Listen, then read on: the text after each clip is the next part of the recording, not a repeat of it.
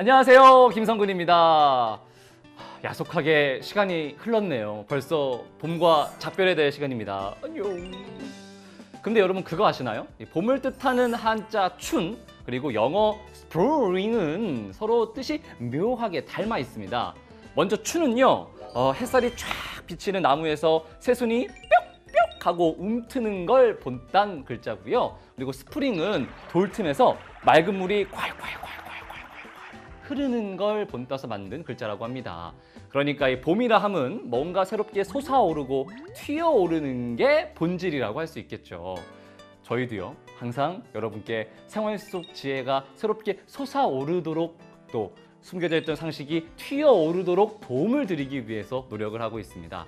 저와 함께 오늘도 즐거운 지식의 향연 속으로 빠져 들어가 볼까요? 자, 그럼 봄처럼 화창하고 따스하게 시작해 보겠습니다. 출발!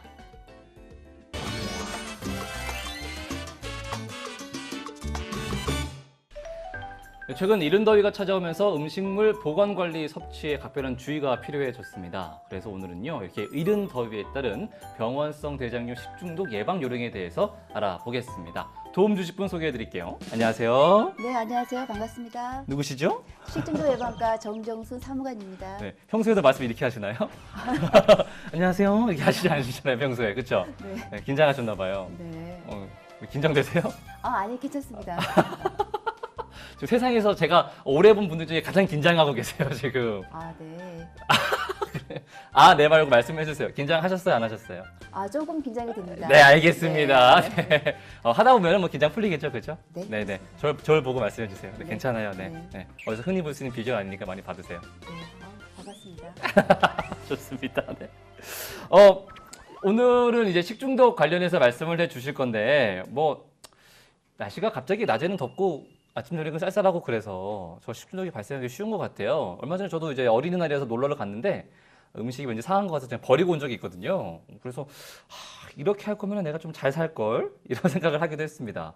여름에 되면 식중독이 조금 많이 발생하잖아요. 제가 따뜻해지면은 이유가 뭘까요? 식중독이라고 해서 여름철에만 발생하는 건 아니고요. 네. 사계절 연중 발생을 하고 있습니다. 근데 여름철에 많이 발생하는 거는 이제 고온이고 다습하다 보니까 식중독균이 굉장히 잘 자랄 수 있는 환경이 조건이 되는 거예요. 네, 그래서 여름철에는 각별히 병원성 대장균 등 세균성 식중독이 많이 발생하고 있습니다. 네, 그런 대장균성이 아니죠. 병원성 대장균 등 세균성 식중독이 많이 발생할 수 있는 조건이 되는 거군요. 그러니까 이제 사람만 여름을 좋아하는 게 아니라 저 같은 경우에는 제일 좋아하는 계절이 여름이거든요. 네, 땀이 많아서. 근데 이제 대장균 같은 균들도 여름을 좋아하는군요. 네, 굉장히 잘 성장할 수 있는 조건이 되기 때문에 그렇습니다. 그렇죠. 그러면은 근데 뭔가 몸이 안 좋은데 이게 식중독인지 아닌지 알아야 되니까. 그러면 식중독 걸리면 어떻게 아파요? 네, 병원성 대장균에 걸리면 1차적으로 묽은 설사가 나타나고요. 그다음에 복통, 뭐 구토라든가 탈수 증상이 일어납니다. 근데 병원성 대장균에 걸리면 그 일종의 장출호술 대장균이 있는데요. 이 같은 경우는 굉장히 증상이 굉장히 심합니다. 네네. 이걸 곧바로 뭐 출혈성 대장염이라든가 용혈수 조독 증후로 나타날 수가 있습니다. 조심해야겠네요. 그러니까 묽은 설사, 복통, 구토, 좀 피로하다, 탈수 이런 증상이 있으면은 얼른 병원에 가시는 게 낫겠네요, 그죠? 네, 빠른 네. 시간 내에 진료를 받으시는 게 좋습니다. 좋습니다. 자, 이제 여름이 되면은 식중독이 많이 발생을 할 거고 그런데 그러면은 여름철에 가장 좀 많이 발생하는 식중독의 종류는 어떤 건가요? 저희들이 한 2013년에서 17년 한 5년 통계를 보면은 네. 병원성 대장균이 가장 많이 발생을 하고 있어요. 아하. 예, 그다음에 살모넬라라든가 캠필로박터, 장염 비브로 순으로 많이 발생을 하고 있습니다. 네, 저는 처음 들어보는 막 이런 식중독들도 있어요. 네, 그런 만큼 잘 모르는 분들도 계실 거고 대비를 그만큼 잘 해야 된다는 얘기인데 그러면은 병원성 대장균 식중독 발생 원인은 뭡니까? 저희가 이제 2013년에서 17년 5년 조사를 해보면 네.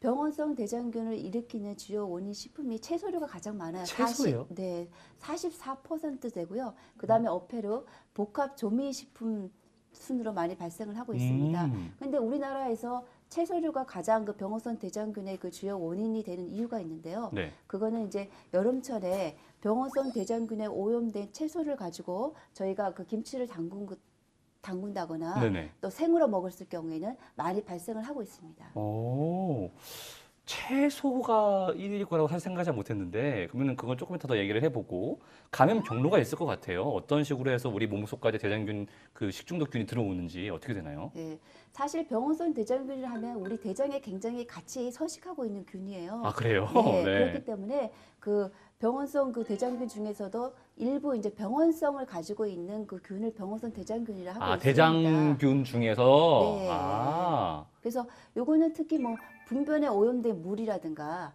또 오염된 물로 씻은 뭐 식품이라든가 또 도축 과정에서 오염된 육류를 먹고 이렇게 많이 발생을 하고 있습니다. 네. 아, 물도 조금 위험할 수 있고, 네, 알겠습니다. 아까 말씀드린 것처럼 저는 이제 채소류 때문에 식중독이 일어날 거라고 생각하지 못하잖아요, 사실. 뭐, 저 같은 경우도 옛날에 노로바이러스 걸렸을 때 굴 먹고 그랬고, 주로 해산물이나 뭐, 고기류, 이런 거, 생고기 먹고 이런 거 생각을 하는데, 채소류 때문에 식중독이 발생했던 경우가 있나요? 실제로? 네, 저희 2014년 5월에 보면 예. 인천 한 10개 학교에서 초등학교에서 한 1163명의 아주 동시다발적인 식중독이 발생한 적이 어머나, 있었어요. 네. 예. 그때도 저희들이 원인 조사를 해봤더니 그 10개 학교에 공통적으로 들어가는 식재료가 김치가 있었습니다. 예. 그래서 저희가 학생이라든가 조리 종사자 또 뭐 보존시 아. 또 식품 제조 가공업소에 갖고 있는 김치를 조사를 했더니 다 모두 병원성 대장균이 검출이 됐었는데요. 요거는 이제 그 오염된 열무김치를 가지고 충분히 세척을 하지 않고 아하. 김치를 담궈서 발생한 것으로 저희가 분석하고 있습니다. 아, 뭐 채소 자체에 문제가 있다기보다는 이제 깨끗하게 안 씻어서 네, 네, 그렇죠. 그런 거죠. 네, 네, 예. 맞습니다. 그러니까 뭐든 깨끗하게 잘 씻어서 조리 잘 해 먹으면은 식중독 예방할 수 있을 텐데요. 그죠? 네, 충분히 가능합니다. 네. 그렇게 우리가 잘 암에도 불구하고 말씀 들어보니까 이 식중독이라는 게 정말 우리 생활과 함께 살고 있는 것 같아요. 항상 노출이 돼 있는 거잖아요. 그죠? 네, 그렇죠. 그러면은 좀 예방을 해야 될 텐데 어떻게 하면 막을 수 있을까요? 얼마든지 일상에서 저희가 예방을 할 수 있습니다. 예. 근데 특히 뭐 가정에서 보면 저희가 조리하기 전에 식재료를 먼저 깨끗하게 씻고요. 그다음에 바로 조리를 하는 것이 가장 좋습니다. 그다음에 재료를 냉장고에 보관하고요.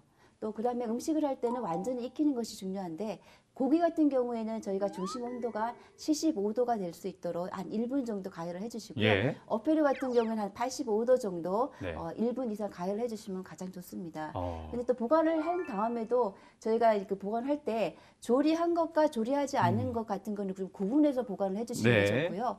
칼이나 도마는 또 구분해서 사용하시고 사용한 다음에는 또 세척 소독하시고 아하. 이렇게 하시는 것이 2차 오염을 방지할 수 있는 가장 좋은 방법입니다. 네. 학교에서는 뭘 지켜야 되죠? 혹시? 학교 같은 네. 경우에서는 채소 같은 그 원래 그 예방할 수 있는 수칙이 있는데요. 네. 채소 같은 경우에는 깨끗한 물에 흐르는 물에 한번 씻어주시고요. 또 저희가 식약처에서 인증한 소독제가 있습니다. 염도 소독제 같은 경우에 100 ppm 정도에 한 5분 정도 담궈 두신 다음에 저기 흐르는 물에 한 5분 정도 깨끗이 씻어주시면 충분히 가능합니다. 한번 파이팅 한번 하세요. 이야, 이 긴 거를 네. 공부 잘하셨죠, 사모님 예전에. 아니 그렇죠. 네. 우와, 저 지금 보고 있었거든요. 중간중간에 한 군데 안 틀리시나 보고 있었는데 한 번도 안 틀리고 내용을 어떻게 수치까지 다 외우셨어요. 네. 되게 똑똑하시네요. 저희 네. 많이 이렇게 하고 있기 때문에 이번 활동 네, 대단하십니다. 네, 저랑 잘 안 맞는 것 같아요. 저 똑똑한 사람 싫어하거든요. 네. 좋습니다. 네, 이런 거 잘 지켜주시면 되고요. 근데 오늘 저희의 얘기는 이제 이 다음 질문을 위해서 달려온 겁니다. 이 식중독 예방을 위해서 가장 중요한 게 남아있죠. 어떤 거가 있을까요? 네, 저희가 그 가장 많이 듣고 있는 것이 손 씻기인데요. 손 씻기가 가장 중요합니다. 그래서 네. 밥 먹을 때는 당연히 손 씻는 게 중요하지만 네. 그것 못지않게 저희가 밖에서 놀고 와서 손을 씻는다거나 또 외출 아이들하고 밖에서 화장실에 갔다 온 다음에 씻어야죠. 예, 그렇죠. 또 애완동물을 또 만지고 같이 놀고 온 다음에는 꼭 반드시 손을 씻는 것이 중요합니다. 그렇습니다. 네. 저는 평소에 손을 잘 안 씻는데 틈틈이 씻는 습관이 가장 중요하죠. 네, 계속 씻어야겠네요. 네, 네. 저는 우리 딸내미 만질 때만 손을 씻거든요. 네. 그 정도면 되겠죠? 30초 꼭 지켜주시기 바랍니다. 30초 동안? 네네. 30초 동안이요? 네, 이게 손 씻는 요령이 있습니다. 예. 유치원의 아이들은 굉장히 손을 잘 씻는데요. 깍지를 끼고 깍지를 이렇게 끼고. 손을 다 구석구석을 다 씻으면 한 30초 정도 소요가 됩니다. 지금 씻는 거에 3배 이상 들려야 되는데요, 지금 시간을. 알겠습니다. 그냥 이렇게 씻으면 되는 거예요? 손 씻기 그러면 어떻게 해야 돼요? 아, 이게 저희가 손부터 해가지고 깍지 껴서 구석구석 이렇게 네. 손을 문지르는 부분들이 이렇게, 있는데요. 이렇게. 예, 그런 것들은 저희가 동영상으로 많이 저희가 홍보되어 있기 때문에 보시면은 잘 숙지할 수 있습니다. 아, 센스가. 네. 마지막에 물어보지 말고 니들이 찾아보라. 네, 알겠습니다.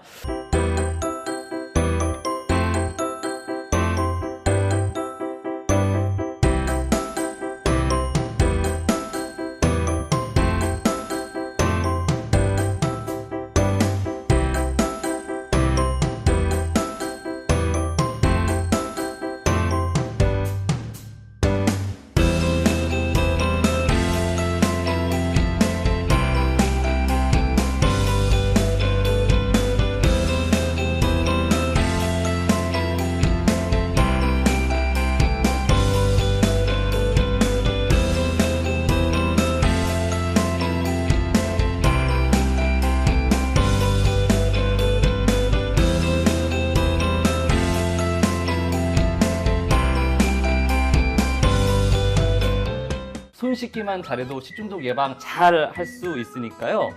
어떻게 하는지는 동영상을 꼭 찾아보시고요. 이 점 꼭 기억하셔서 손 씻기 잘 하시기 바랍니다. 다음 시간에 혹시 기회가 되면은 저희가 다시 한번 모시고 진짜 손 어떻게 씻는지 좀 배우고 식중독 어떻게 더 있는지도 좀 배우고 얘기 좀 더 들어보고 싶은데 오실 거죠? 당연히 다시 한번 해보고 싶습니다. 다음 시간에 뵙겠습니다. 네, 고맙습니다. 감사합니다. 네, 오늘은 식중독 예방과 관련된 정보를 알아봤습니다. 들으신 것처럼 손 씻기만 잘해도 웬만한 건 다 막을 수 있으니까요. 앞으로 손 씻기 잘하셔서 남은 봄날 건강하게 보내시기 바랍니다. 오늘 저희가 준비한 순서는 여기까지입니다. 고맙습니다.